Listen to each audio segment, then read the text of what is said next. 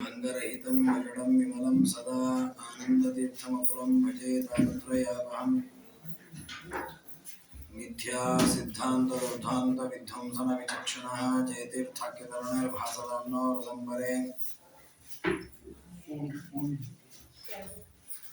तपो विद्याविरत्यादि सद्गुणो घाकरानहं वादिराजगुरून् वन्दे हयग्रीवदयाश्रयान्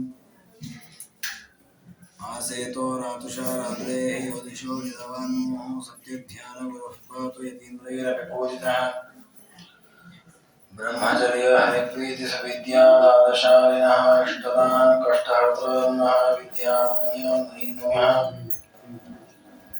आपादमौलिपर्यन्तं गुरूणामाकृतिं स्मरेत् तेन विघ्नाः प्रणश्यन्ति सिद्ध्यन्ति च मनोरथाः श्रीगुरुभ्यो नमः हरिः ओं हरिः ओं हरिः ओं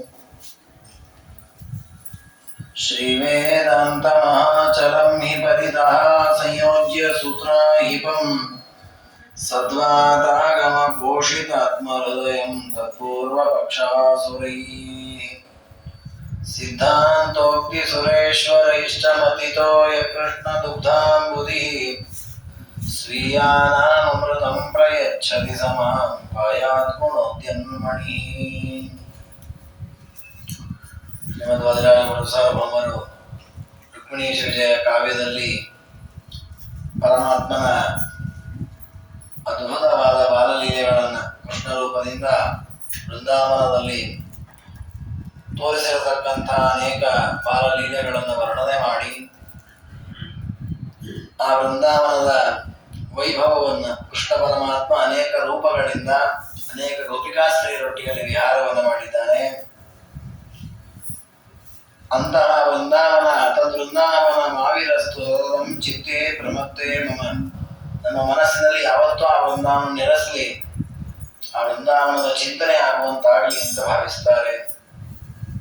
ಅಂತಹ ಪರಮಾತ್ಮನನ್ನ ವೃಂದಾವನದಲ್ಲಿ ನಡೆದ ಲೀಲೆಗಳನ್ನೆಲ್ಲ ವರ್ಣನೆ ಮಾಡಿ ಮುಂದೆ ಕೃಷ್ಣ ಪರಮಾತ್ಮನ ಇನ್ನು ಕೆಲವು ಲೀಲೆಗಳನ್ನು ಹೇಳ್ತಾರೆ. ಇತ್ತಂ ಸ ರಾತ್ರೌ ವಿವಿಧಾನ್ ವಿಲಾಸಾನ್ ಕೃತ್ವಾ ನಿಶಾಂತೆ ವಿಸಸರ್ಜ ಗೋಪೀ ಪ್ರೀತಿ ವಿಧೋರನ್ ವಯಜಸ್ವ ಲೀಲಾಂ ಮಿತ್ರಂ ನ ಸಂದರ್ಶಯತಿ ಸ್ಮ ನೂನಂ.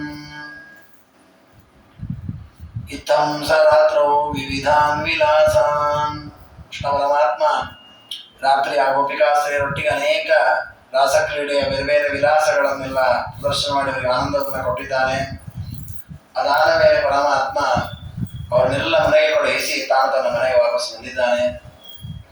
ಈ ಒಂದು ಪ್ರಸಂಗವನ್ನು ವರ್ಣನೆ ಮಾಡುವಾಗ ಮುಂದಿನ ಕಥೆಗಳನ್ನ ರಾಜರು ವರ್ಣನೆ ಮಾಡ್ತಾ ಹೋಗ್ತಾರೆ. ವಿಶೇಷವಾಗಿ ಪರಮಾತ್ಮ ಪ್ರೀತ್ಯೈ ವಿಧೋರನ್ವಯಸ್ವರೀನಾಂ ಮಿತ್ರಂ ನ ಸಂದರ್ಶಯತಿ ಸ್ಮ ನೂನಂ, ಕೃಷ್ಣ ಪರಮಾತ್ಮ ರಾತ್ರಿ ಮುಗಿಯುವ ಮೊದಲೇ ರಾಸಕ್ರೀಡೆಯನ್ನು ಮುಗಿಸಿಬಿಟ್ಟ. ಬೆಳಗಾಗುವಾಗ ರಾಸಕ್ರೀಡೆಯಲ್ಲಿ ಏನಿಲ್ವೇ ಇಲ್ಲ. ಯಾಕಾಗಿ